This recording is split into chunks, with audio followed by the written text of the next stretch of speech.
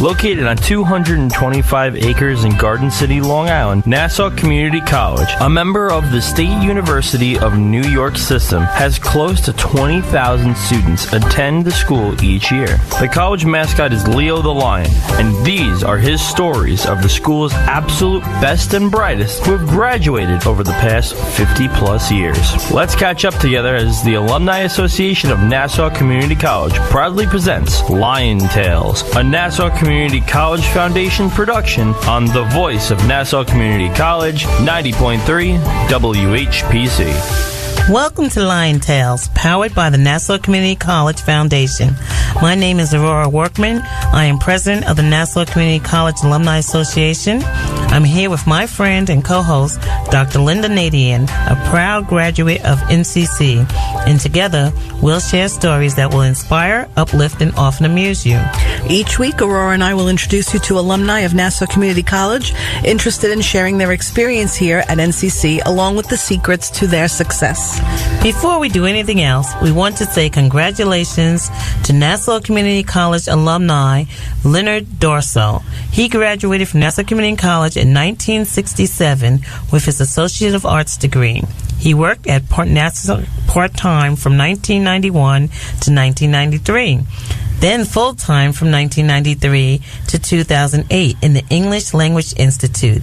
He has just released his romance novel, Istanbul Days, Istanbul Nights, which has inspired by his career in teaching the English language as well as his move to Turkey.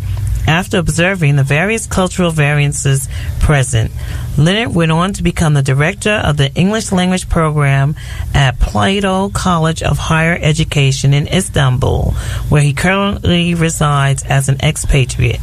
We look forward to hearing more about his romance novel here on Lion Tales. If you, our listening audience, has any positive news you would like to share about Nassau Community College alumni, engagements, births, graduations, weddings, and/or accolades, email us at alumni@ncc.edu and we will shout you out. Today's guest is Leslie Pieters. Leslie is the founder and coach of her company 1 Minute Workout, as well as a physical education teacher at Roosevelt Senior High School in Roosevelt, New York, and she's a doctoral student.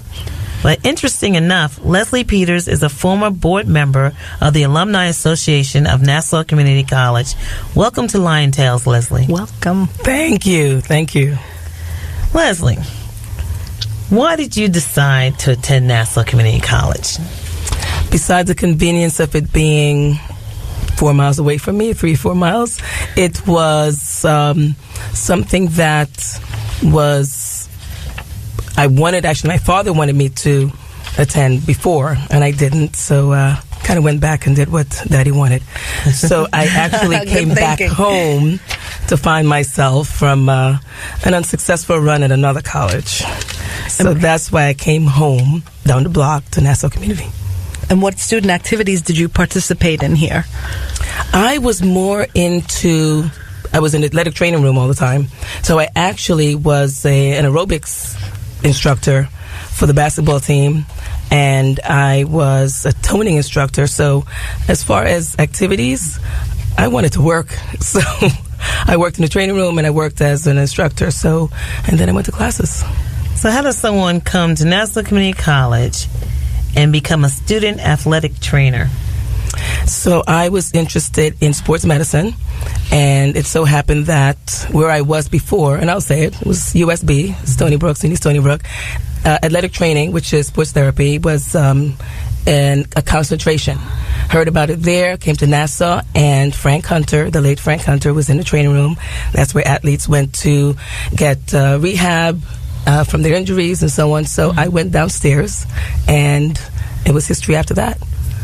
And I basically wanted to find out about sports therapy, and they said, you know what, why don't you hang around and check it out? I hung around long enough, showed interest, and they trained me, and then got started. And being athletic, what were some of your inspirations? Any woman in sport, that's it.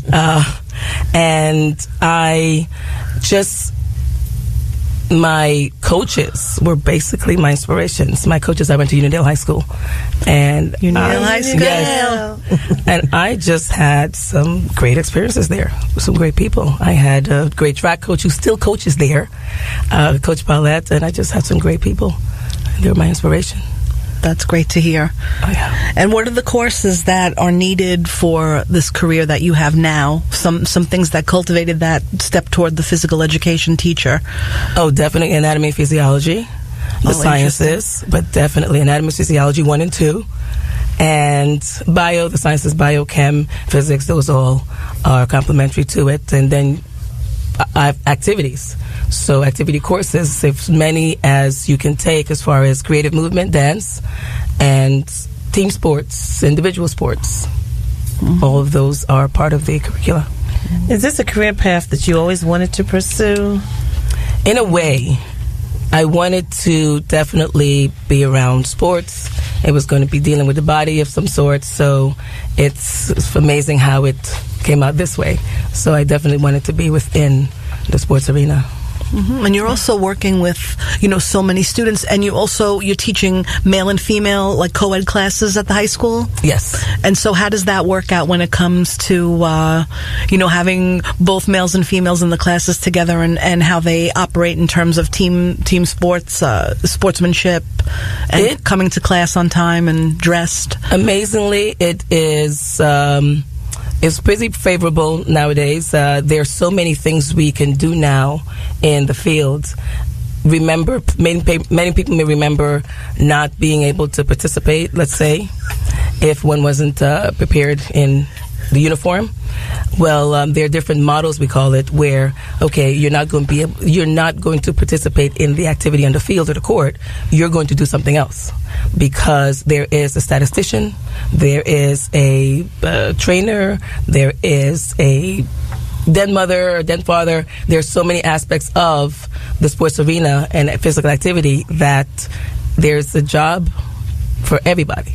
Well, that's interesting, because you know how sometimes physical education classes can be intimidating for certain kids because they just don't feel as athletic as maybe another child is, or another student might be great on the field and then they come into class and they really, power out, and some kids just can't do it. But you're saying we'll find something for you. Yeah, we'll find something. That's great. Definitely. What is one of your best memories of Nassau Community College? My best memories, the late Dr. Doyle. Believe it or not, this was an English teacher. At my other school, I was exempt from freshman English, and then Nassau made me take it. So I was kind of upset with that, but I was grateful because I met Dr. Doyle. What he did with English, believe it or not, I still have my notebook. So besides that, of course, the athletic training room, and my teachers, I remember, and I can see them now, and Dr. Jenkins, Dr. Wise, Dr. I had Dr. James, Wise, too. Dr. Naomi Franklin. I know Dr. Doyle died, so the others, are they still here, I wonder? But they were just great influences, and I just remembered their classes just really well.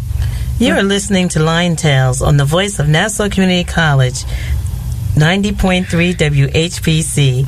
I'm Aurora Workman, along with Dr. Lynnda Nadien, and our guest today is Leslie Pieters, a very proud member and former board member of the Alumni Association of Nassau Community College. So let's talk a minute about 1 Minute Workout. Tell us about when you founded this company and its purpose. So the 1 minute workout. Oh, one more. African dance with Pam Badia. Mm-hmm. You can't forget that one. That was fun. So the 1 minute workout started was originated in 2009.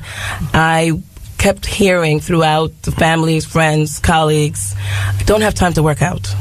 There's no time. You have a minute. So basically, that's how it started. And what it is a breakdown of a minute. My minute may be 60 seconds. Your minute may be a little longer, but it's using 1 times 60. Can you do one workout for 60 counts? My mother's minute, she's an 80-year-old, so her minute will take a little longer, but I got her to do 2 times 30. That's her workout. Nice. 2 exercises, 30 seconds each. She'll do it slowly, but you know what? You got your minute done. So the idea is to use that minute, that wordplay, to get people to move, and you can find a minute a day.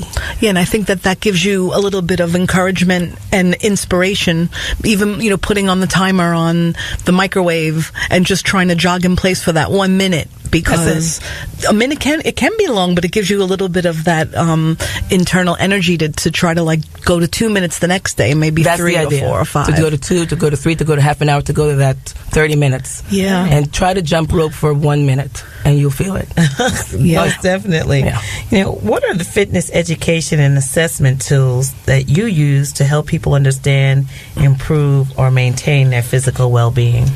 Do you know the great misconception, or what's misunderstood, is the mental aspect of being physically fit? Being mentally fit really, really influences being physically fit. So we do intake, and we'll find out really what is it, that 1 minute, that's where it basically started. I don't have time. You have time within the 24 hours in a day.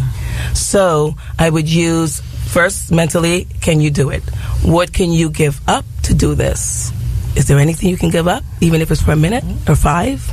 And I like 1 minute, of course, 1 week, 3 weeks. 3 weeks is 21 days. That's when the training effect takes effect. And now we're going to go into our 6 weeks and a month and 6 months and a year and so on. So those are the very unconventional tools I use to get people to do this thing that is so scary sometimes. That is something I have to do. I start at my desk, and just little movement, with my legs, just so I can say, okay, I'm sitting here a little bit too long, so I really know that I have to maintain some kind of physical movement. Otherwise, I get up and you can hear everything creak. And they have now the walking desk where you can walk instead of standing, because they say don't sit too long, because now sitting is the new smoking. Mm-hmm. Yes, it's actually, when you're sitting, you're supposed to get up every half hour, supposedly. And try to move around. Move around, watch your posture. And even a little bit of lightweight training, if you can do that. Yes. So there are a lot of things you can do to a few minutes a day. Yes. I asked my principal for one of those. I don't think he heard me. Yeah. I know we have to price those out. I'm not sure how much the walking desk and the little bike underneath the desk would cost. Mm-hmm. Well, tell us about some of your other positions. That was interesting. I was reading that you were a first responder. Where was that? That was, being an SAT, a student athletic trainer, provides you with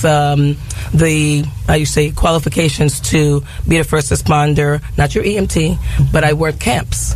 So I would work camps at Hofstra camps, Christ the King in Queens, different sports camps, to be that person. They may have a trainer. That trainer may be in the training room, and that trainer may be working with other teams, and that one person, several places they have to be.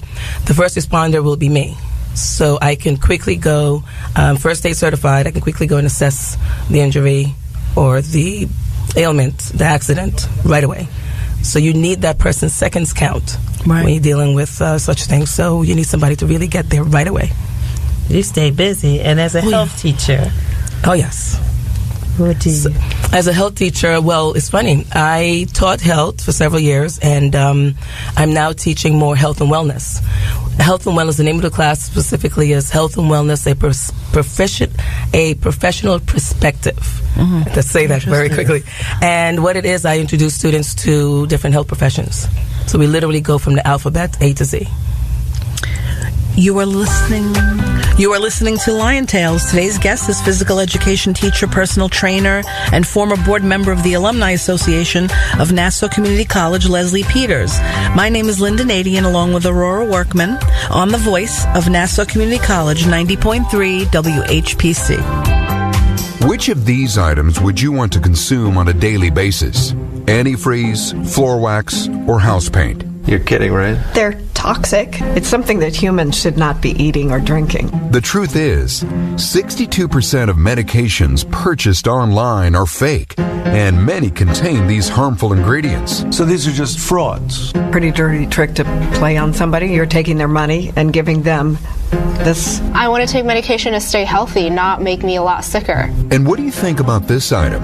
That is a big bowl of nothing. Many rogue sites sell prescriptions with little to no medication at all.